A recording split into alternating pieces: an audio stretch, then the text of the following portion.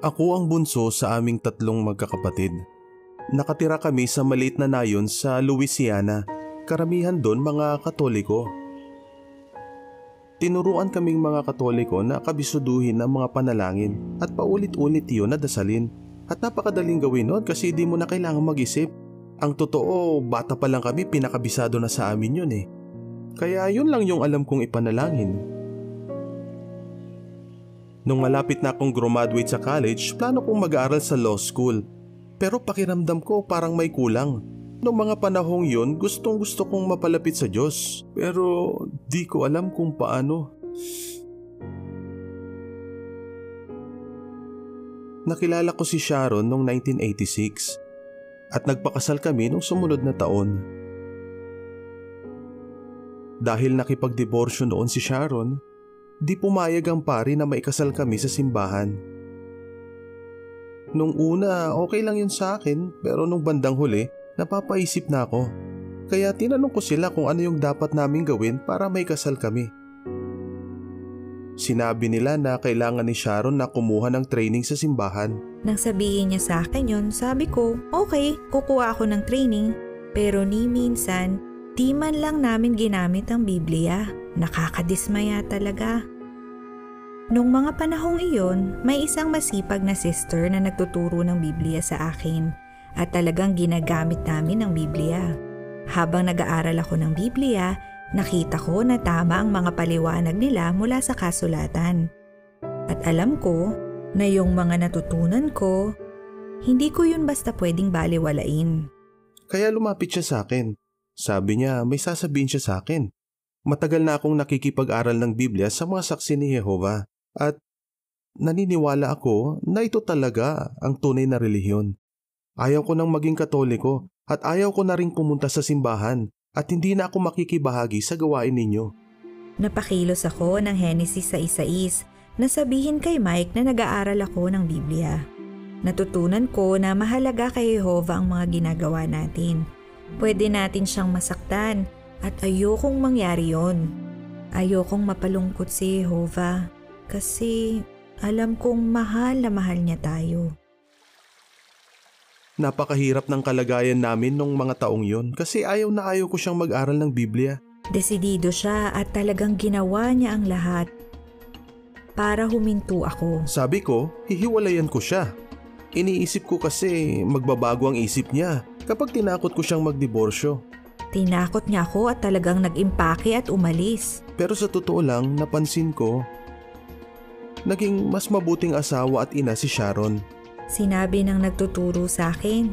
Maganda nga yun na masigasig siya sa paniniwala niya kasi ibig sabihin mahal niya ang Diyos. Parang si Pablo. Akala niya tama ang ginagawa niya. Abogado ako at kapag may hawak akong kaso at di ko alam ang mga detalye, nag-iimbestiga ako. Nagpapatulong ako sa mga eksperto para maintindihan ko yung mga hindi ko maunawaan. Kaya talagang pupunta ako sa simbahan namin.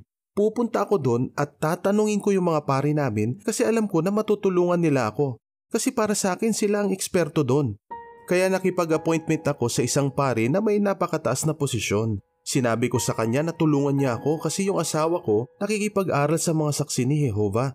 Tandang-tanda ko yung sinabi ng pari namin. Tumingin pa siya sa akin at sinabi niyang, kailangan mo ng himala para lumayo na ang asawa mo dyan sa mga saksi ni Jehovah at tumigil na sa pakikipag-aral sa kanila. Kasi alam na alam nila ang Biblia. Nung marinig ko yun, hindi ko yun matanggap. Kasi sinusubukan kong buuin ang pamilya ko.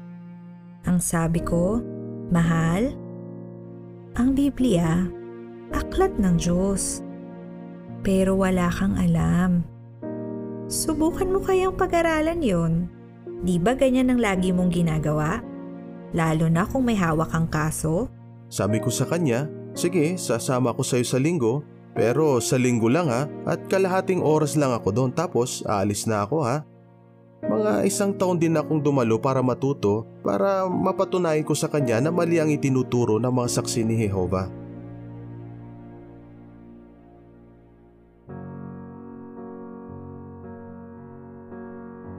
Nabasa ko na mananatili ang lupa magpakailanman na mali ang Trinidad, may pangalan ang Diyos Ama, walang impyerno at walang purgatorio.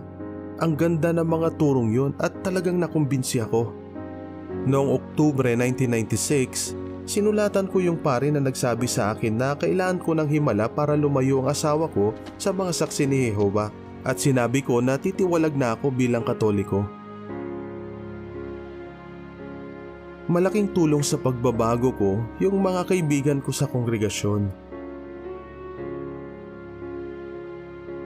Ang totoo, hindi ako yung taong madaling lapitan, pero yung mga kapatid, dama ko yung pag-ibig nila sa akin. At nung tanggapin ko ang katotohanan at gumawa ng pagbabago, mas lalo ko yung nadama. Sinabi ni Jesus na walang makakalapit sa Ama, malibang ilapit ni Jehova ang taong iyon sa kanya. At yung nakita niya sa akin, hindi ko alam. Dalas nananalangin ako sa kanya, pero hindi ko alam yung sasabihin ko. Pero nagpapasalamat ako sa lahat na ginawa niya para sa akin.